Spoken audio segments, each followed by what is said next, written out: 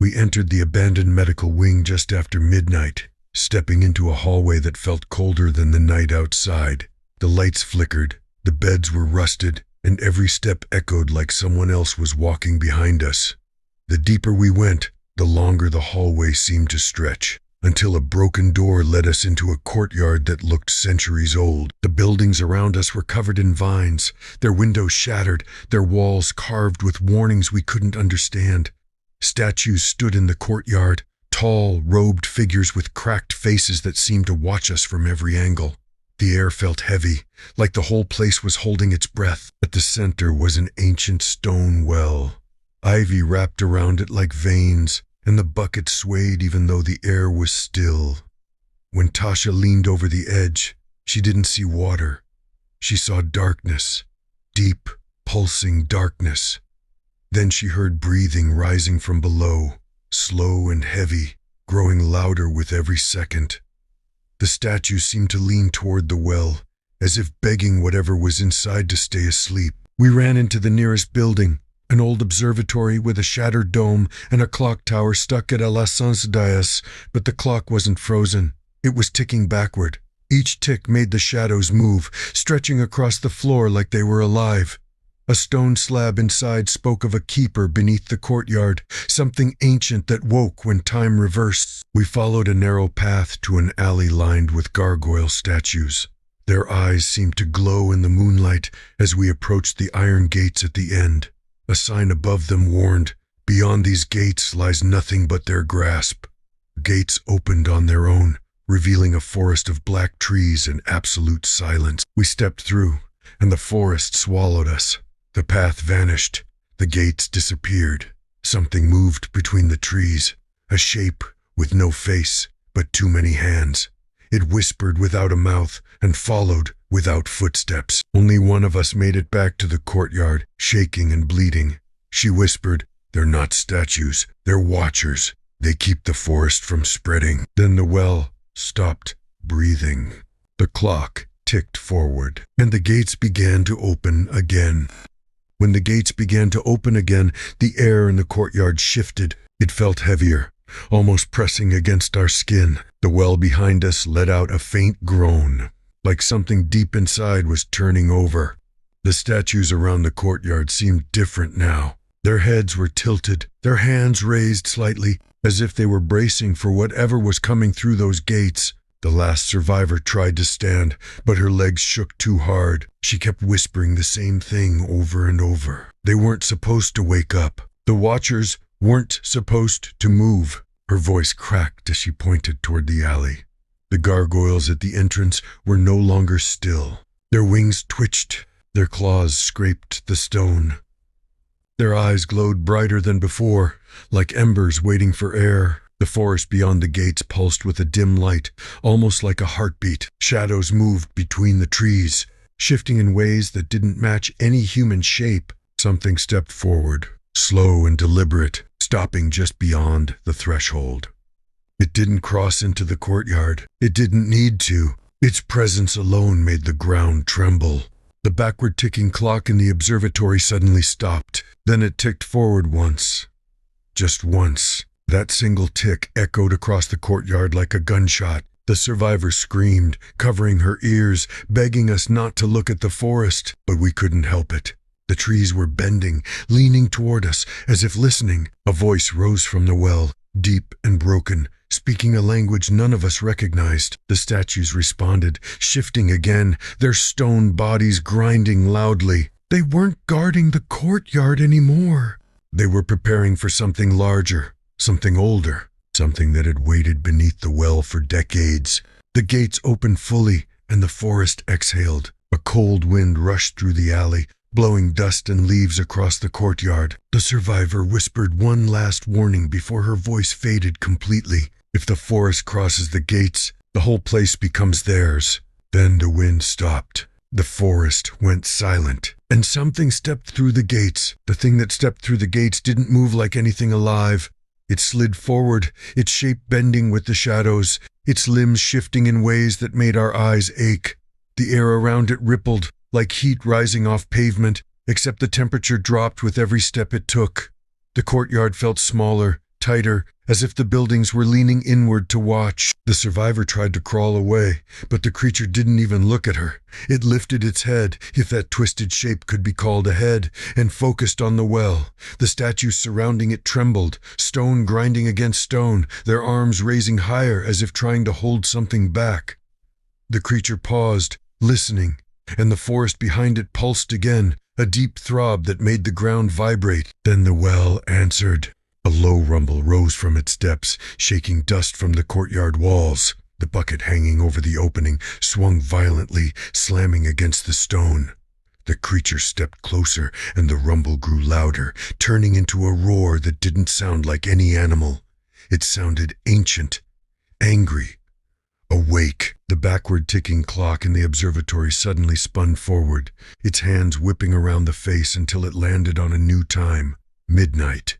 The moment it stopped, every statue in the courtyard snapped its head toward the gates.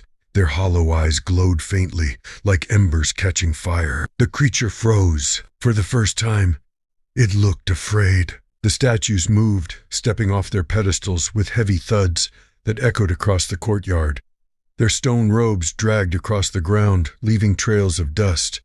They formed a circle around the well, their arms raised, their faces aimed at the creature. The air crackled, thick with something old and powerful. The creature backed away, its limbs twisting, its body flickering like a dying flame.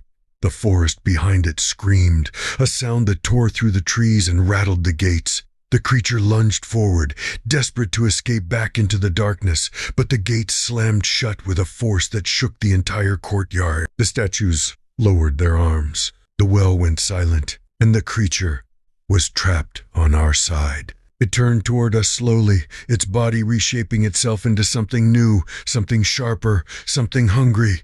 The survivor whispered one final warning before collapsing completely. If it can't go back, it will feed here. The creature took its first step toward us.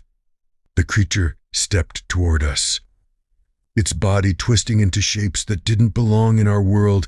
Every movement made the courtyard feel smaller, like the air itself was shrinking away from it.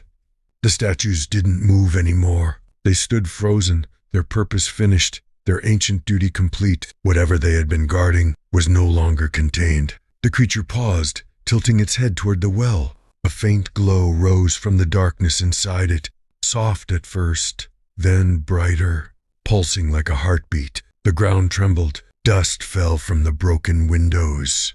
The survivor whispered that the keeper was waking, the thing the watchers had been holding down for decades. The creature backed away from the well, its limbs shaking, its form flickering like a dying flame. It wasn't hunting us anymore. It was afraid of what was rising. A deep rumble rolled through the courtyard, louder than thunder, shaking the buildings around us. The well cracked down the middle, splitting open as a massive shadow rose from inside. It didn't have a shape. It didn't need one. It was darkness, given weight. A presence older than the forest, older than the observatory, older than the watchers themselves. The creature screamed, a sound that tore through the courtyard, and tried to flee toward the gates. But the gates didn't open. The forest didn't call it back. It was trapped. The shadow from the well reached out, stretching across the courtyard like a tide of night. The creature tried to run, but the darkness swallowed it whole, pulling it into the cracked stone. Its scream faded, echoing once, then disappearing completely. The rumbling stopped. The glow faded. The well sealed itself, the crack closing as if it had never been broken. The courtyard went silent. The statues returned to stillness. The forest behind the gates stopped moving, and the clock in the observatory ticked forward one final time. Midnight. The survivor looked at us with empty eyes. "It wasn't trying to escape," she whispered. "It was trying to warn us." The wind returned, blowing through the courtyard for the first time since we arrived. The gates creaked open, just an inch, not enough for anything to pass through, but enough to let the forest breathe. A cold whisper drifted out, brushing against our ears like a final message. "Not yet." Then everything went still. The courtyard, the forest, the well, the watchers, all silent. all waiting, and we finally understood the truth. The creature wasn't the threat. It was the first warning. The real danger is whatever the Watchers were built to hold back. And now that it has awakened, the gates will open again.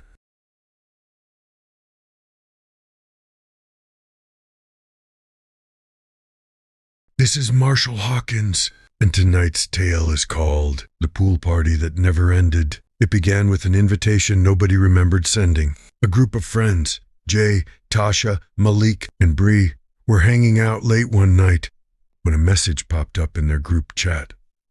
No sender name, no profile picture, just a location pin and the words, "Pool Party, Midnight.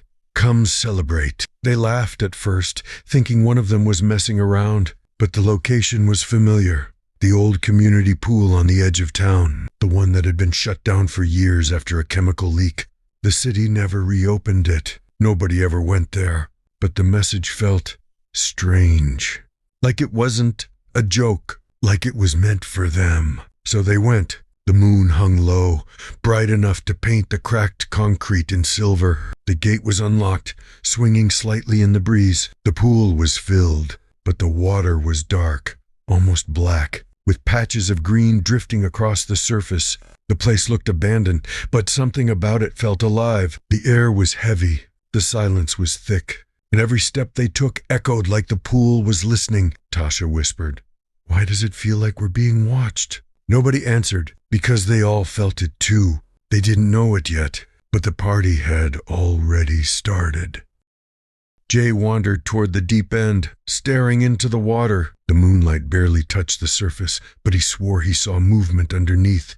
He leaned closer, closer, until his reflection blurred into the darkness. Then he saw it, a pair of legs suspended in the water, not kicking, not sinking, just floating upright, like the person was standing on invisible ground. Shoes still on, shorts drifting slightly with the current.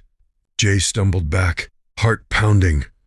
"Yo, somebody's in there." But when the others rushed over, the water was still, empty, silent. Malik laughed nervously. "Bro, you're tripping. There's nothing there." Jay didn't argue. He couldn't, because something else caught his eye. Lower in the water, deeper than the legs, was a face. A girl, hair drifting like seaweed, eyes wide open, watching him. He blinked, and she was gone. The water rippled on its own, slow and rhythmic, like the pool was breathing. Bubbles rose from the center, dozens of them, rising in perfect timing. Tasha whispered, "That's not normal."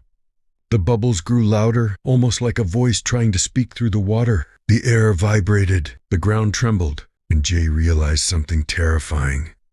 The pool wasn't reflecting the moonlight. It was swallowing it. They backed away from the edge, ready to leave, but the lights flickered on by themselves, dim blue, cold, unnatural. The shallow end began to glow. A circle of symbols lit up beneath the water, runes arranged in perfect symmetry. They pulsed like a heartbeat. Bry stepped closer, mesmerized.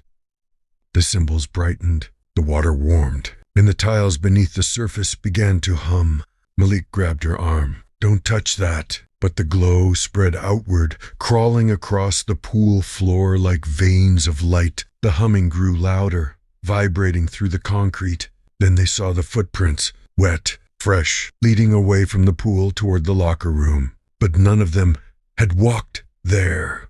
The footprints stopped at the doorway and then turned back toward the water, as if someone had walked out and then walked back in. The symbols flashed. The water rose upward, forming a wall, not splashing, not spilling, just lifting, like gravity didn't matter. Tasha screamed, "It's a ritual. We interrupted something." The water surged higher. The light snapped off, and the humming became a roar. The pool wasn't abandoned. It was awakening.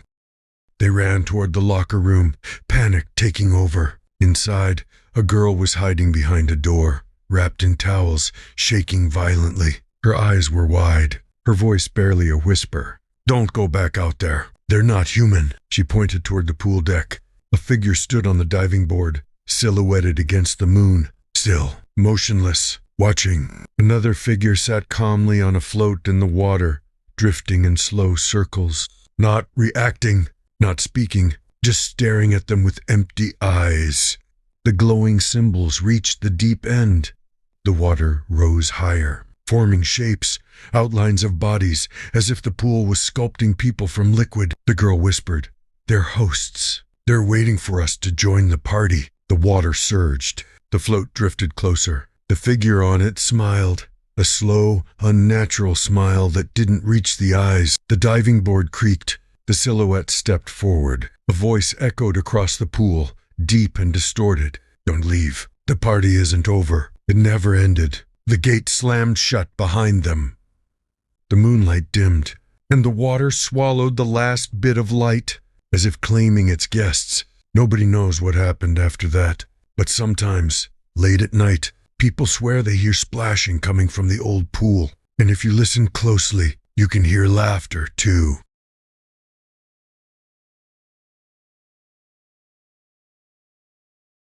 The forest felt wrong the moment they stepped into it. The trees were tall and twisted, their branches reaching overhead like skeletal arms, forming a tunnel. The moon was a thin crescent, barely bright enough to illuminate the narrow path stretching forward.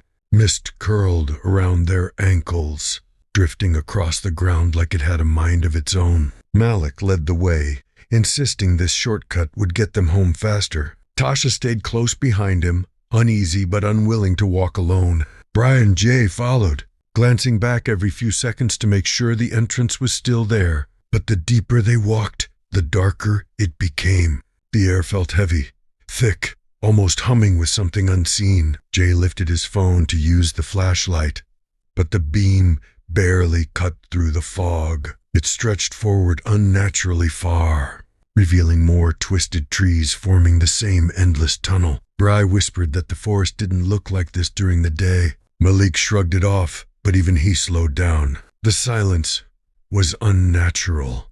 No insects, no wind, no rustling leaves, just the sound of their footsteps and the faint pulse of the mist shifting around them. Then they saw it, a lantern hanging from a branch, glowing softly with warm light. It looked freshly lit, untouched by weather or time. Beneath it, carved into the bark, was a symbol none of them recognized, a circle with jagged lines cutting through it. Jay said it looked like a warning. Malik said it looked like a welcome. The lantern flickered, the mist shifted, and when they turned around, the path behind them was gone, swallowed by darkness as if the forest had closed its mouth. They froze, staring at the darkness where the path used to be. Bry stepped back, but the mist rose higher, curling around her legs like fingers. Malik tried to stay calm, saying they just needed to keep moving forward until they found another exit. But the forest didn't feel like it had exits. It felt like it had intentions. They walked toward the lantern, its glow steady and warm, almost inviting. As they passed beneath it, the symbol carved into the tree seemed to pulse. Tasha touched Malik's arm, whispering that they shouldn't go any farther. But the lantern ahead flickered again, and another appeared deeper down the path. Then another. A trail of glowing lights stretched forward, each hanging from a twisted branch, each illuminating more symbols carved into the trees. Jay said, "It looked like someone set this up." Bry said, "It looked like a ritual." Malik said, "It didn't matter. They needed to keep moving." The deeper they walked, the more lanterns appeared, lighting the path in warm gold. But the warmth didn't reach the air. The forest remained cold, silent, watching. They reached a clearing where the lanterns formed a circle around a campfire that burned without smoke. Symbols were carved into the surrounding trees, glowing faintly. An altar stood behind the fire, covered in cloth marked with the same jagged circle. Skulls lay scattered around it, arranged deliberately. Tasha grabbed Bree's hand. Jay whispered that they needed to leave. Malik stepped closer to the fire. The flames rose higher, shifting colors, and the forest exhaled. The exhale was soft at first, like a breeze moving through leaves. But there were no leaves. The sound grew louder, deeper, like something massive breathing beneath the ground. The fire pulsed with each breath, rising and falling in perfect rhythm. Malik backed away, finally shaken. Bry pointed toward the trees. The symbols carved into the bark were glowing brighter, spreading across the trunks like veins of light. The lanterns flickered in unison. Jay said they needed to run, but the path behind them had changed again. The lanterns now formed a straight line leading deeper into the forest, away from the clearing. Tasha said the forest was guiding them. Bry said it was trapping them. Malik said they didn't have a choice. They followed the lanterns, the mist rising higher with each step. The trees grew tighter, their branches forming a tighter tunnel overhead. The air felt heavier, pressing against their chests. The lanterns flickered faster, almost frantic. Then they reached it, a shrine covered in moss, its roof curved and ancient. Lanterns hung around it, glowing softly. Wooden signs marked with symbols surrounded the entrance. The shrine door was slightly open. Jay said they shouldn't go inside. Malik said they had nowhere else to go.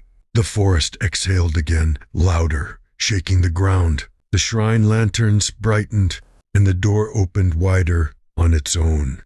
They stepped inside the shrine, the air instantly warmer, almost unnaturally so. Like the building itself exhaled heat the moment they crossed the threshold. The walls were covered in carvings of the same jagged circle symbol, repeated hundreds of times, each one etched with a precision that didn't match the age of the wood. Candles burned along the edges, their flames steady despite the trembling ground, casting long shadows that stretched and curled like living things. A large wooden tablet stood at the center, covered in markings that looked like instructions or warnings, though none of them could read the language carved into it. Bryce stepped closer, reading the symbols aloud even though she didn't understand them, her voice echoing strangely. As if the shrine repeated her words a half-second later, the candles flickered. The shrine door slammed shut behind them with a force that shook dust from the ceiling. Jay ran to it, pulling, pushing, slamming his shoulder into the wood, but it didn't budge. Malik told him to stop wasting energy, though even his voice shook. Tasha pointed at the tablet. The symbols were changing, shifting like they were alive, rearranging themselves into new patterns that pulsed with faint red light. The shrine lanterns dimmed. The mist seeped through the cracks in the floor, rising around their feet like cold hands gripping their ankles. The ground vibrated harder.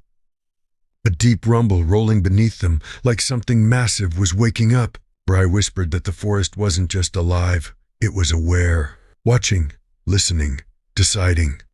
Jay backed away from the tablet. Malik grabbed Bree's arm, pulling her toward the door, but the shrine didn't let them move far. The mist rose higher, wrapping around their legs, tightening like restraints. The symbols on the walls glowed brighter, spreading across the wood like veins of light. The tablet pulsed, each throb sending a wave of heat through the room. And then the shrine spoke, not with words, but with a deep rumbling that shook their bones, a sound that felt like it came from everywhere at once, the walls, the floor, the air, the forest outside. The lanterns flared, the mist surged, the carvings lit up in blinding gold. The ground cracked beneath them, and the forest exhaled one final time, pulling them into darkness, swallowing their screams before they could escape their throats.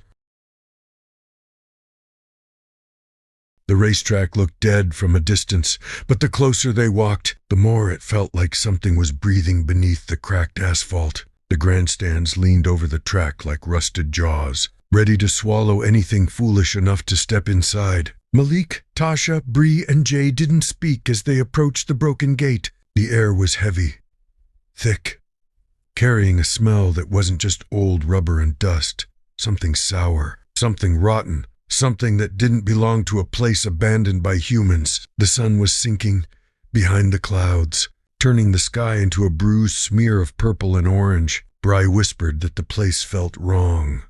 Malik said they just needed to pass through and get back to the main road. But even he slowed down when the wind pushed through the stands, making the metal groan like something waking up. Jay pointed at the pit building. A faint light flickered inside, too steady to be sunlight. Tasha grabbed his arm, telling him not to go near it. But the hum started. Low, deep, vibrating the ground beneath their feet. It wasn't electricity. It wasn't machinery. It sounded like an engine trying to breathe.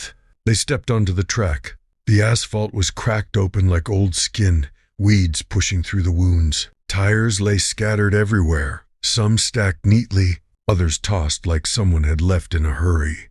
The hum grew louder, pulsing through the air in slow, steady waves. Malik turned toward the exit, but the path they came through was already darker, swallowed by shadows that hadn't been there minutes before. Bry said they should leave. Jay agreed. Tasha didn't say anything. She was staring at the control tower. A figure stood behind the shattered glass, tall and still, watching them. The hum rose again, deeper, shaking the metal frames of the grandstands. Malik whispered for everyone to move. They walked along the pit lane, the silence pressing against their ears. The garages were open, their doors bent and rusted. Inside, tools lay scattered across the floor, covered in dust thick enough to prove no one had touched them in years. But the air inside the garages was warm, like engines had been running moments before. The hum shifted. It wasn't idling anymore. It was calling. The hum rolled across the speedway like a warning. Malik stepped back from the garage, wiping sweat from his forehead even though the air was cold. Bry pointed at the car frame inside the stall. The metal was warm, too warm for something that had been abandoned for decades. Jay said they needed to leave now. Tasha nodded, her eyes locked on the control tower where the shadow still stood, unmoving. They turned toward the exit again, but the vines had grown thicker, twisting into a wall that blocked the path. Malik cursed under his breath. The hum rose, vibrating the asphalt beneath their feet. The pit building lights flickered brighter, casting long, distorted shadows across the track. Jay pointed at the tower. The shadow moved. Not fast, not slow, just enough to show it wasn't a trick of the light. Bry grabbed Tasha's hand, pulling her away from the pit lane. Malik motioned for them to follow him toward the infield tunnel. It was the only place that didn't feel like it was watching them. They ran across the cracked asphalt, the hum rising behind them like a beast waking up. The grandstands groaned, metal bending under pressure that shouldn't exist. The track lights, dead for decades, flashed on in a burst of blinding white. The entire speedway lit up, revealing every crack, every weed, every broken piece of metal. The roar that followed wasn't mechanical.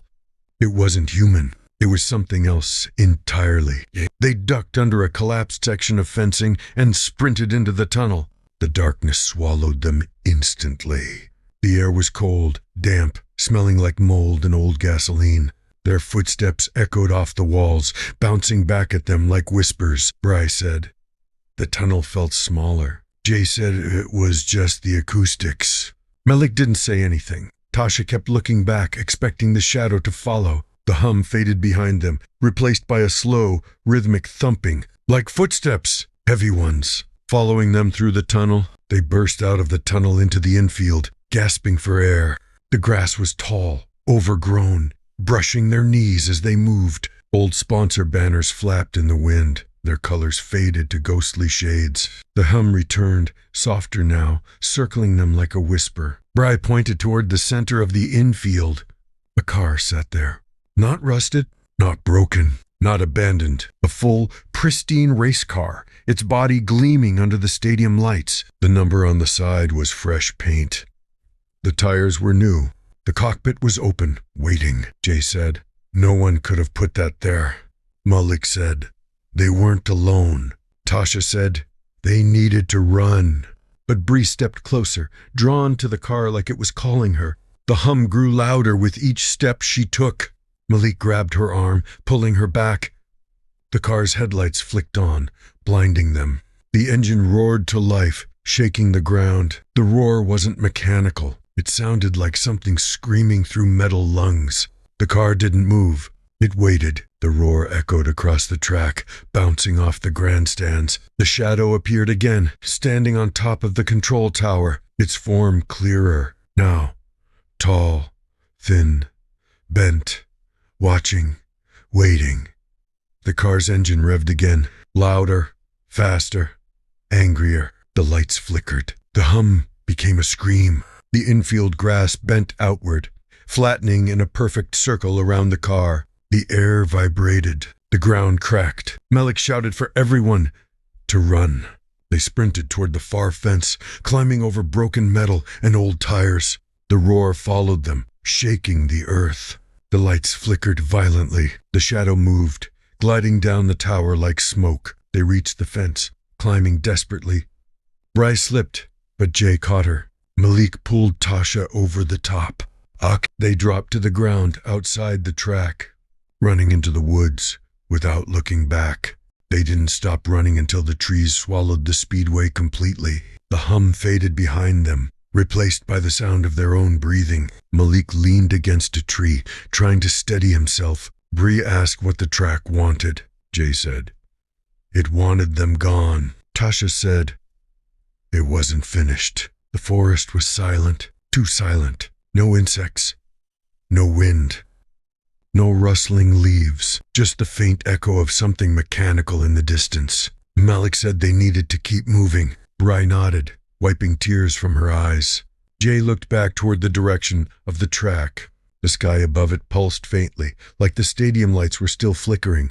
They walked deeper into the woods, trying to find the road, but the trees grew thicker, the path darker. The hum returned, softer now, weaving through the branches like a whisper. Tasha grabbed Malik's arm, pointing ahead. A faint glow flickered between the trees. They stepped into a clearing. The racetrack was there, not behind them, in front of them. Perfect, clean, lit. The grandstand stood tall, untouched by rust. The asphalt was smooth, unbroken. The pit building glowed with warm light. The car sat on the track, engine idling softly, waiting. Jay whispered that they hadn't escaped. Bryce said, "The track moved." Malik said, "Tracks don't move." Tasha said, "This one does." The shadow appeared beside the car, clearer now. Its limbs were long, its head tilted, its body bending in unnatural angles. It raised one arm, pointing at the cockpit. The car door opened, waiting, inviting. The hum grew louder, vibrating the air. The forest behind them vanished, replaced by endless stands stretching into darkness. The sky dimmed, the lights brightened. The track roared, and the speedway closed around them. Not abandoned, not forgotten, alive, waiting for its next race.